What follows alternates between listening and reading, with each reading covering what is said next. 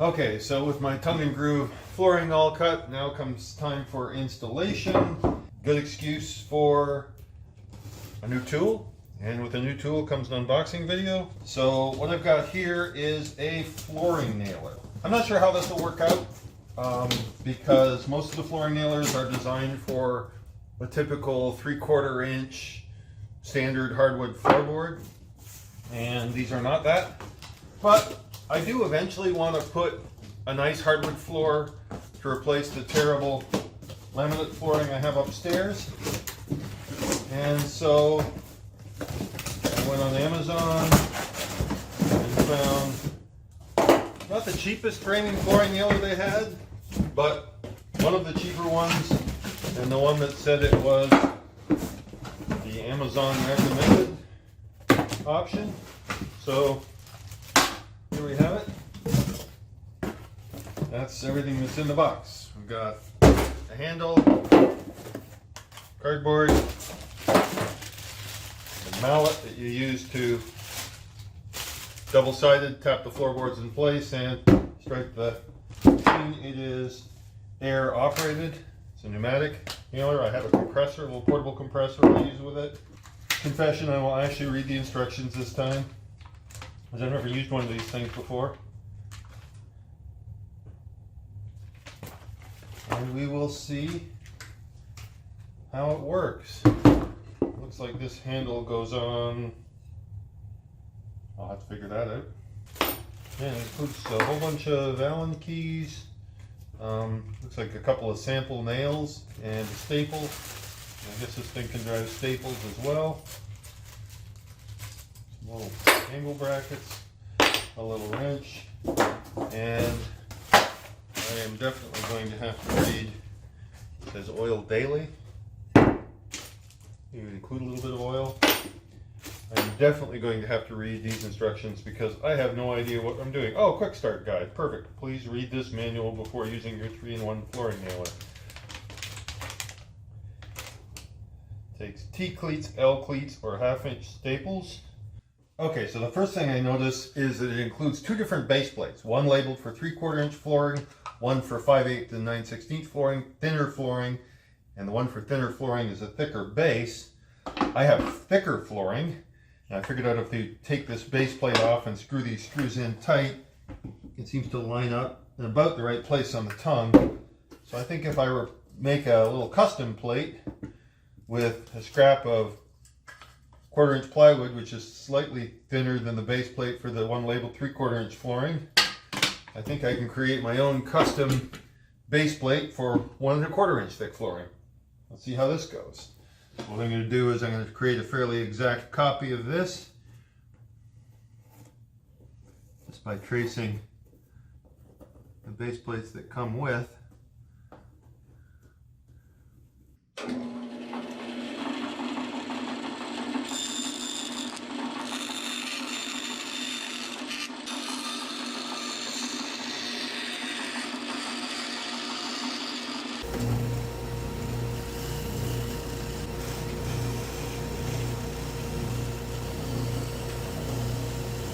Now we'll drill some 1/4 inch holes like the ones in the existing base plate. So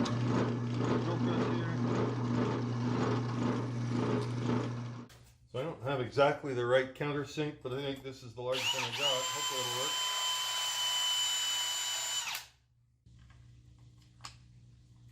It'll work.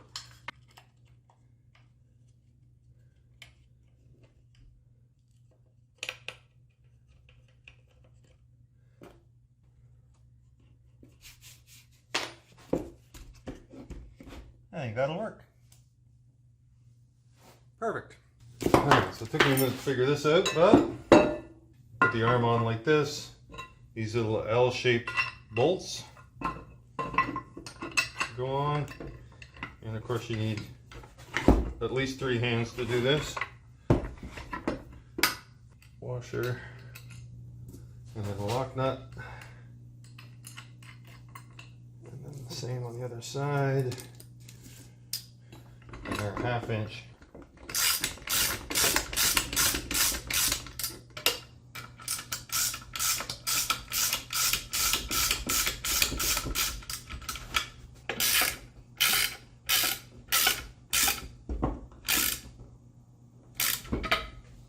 So the instructions say step 1 is to add 5 drops of oil. 1, 2, 3, 4, 5. Load some nails. I did buy some 2-inch 16 gauge, and the instructions say quite carefully to check to make sure that you're not putting 18 gauge nails in there. Pull this back until it locks. Flip this forward. Drop these in with the, I've got L cleats, and it says the L side should face to the left in the picture here, and then release the lock button. It's down on the fasteners. As I said, I'm new to these machines, so it's all new to me. Alright, the pressure is pressurized. I've set the regulator to 80 psi. Hook up the air hose. That sounds promising. I got a little test piece of flooring I can try here. I've got it screwed down first, but let's see what happens here. Rest this against the board, and then bang. That sounds satisfying. It looks like that cleat, that nail has gone in there nicely. Well, so let's try where you're supposed to do your flooring. Just tap it in with the rubber part of the mallet. Set your flooring nailer in place, and then bang. Wow, that's effective. I'm curious to see how far it's driving it in. So what I want to do, it's probably not an accurate test because there's nothing backing it, but that went about the same depth. So you can see the nails coming through the back. Solid 3/4 of an inch. I think that should work pretty well, even though I'm working with quite thick floorboard. Yeah, looks promising.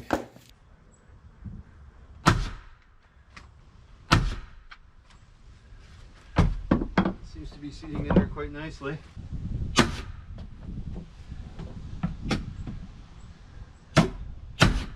I have to say I'm quite pleased with this purchase. For $125, it's a very effective and easy to use flooring nailer. The positive reviews on Amazon seem justified.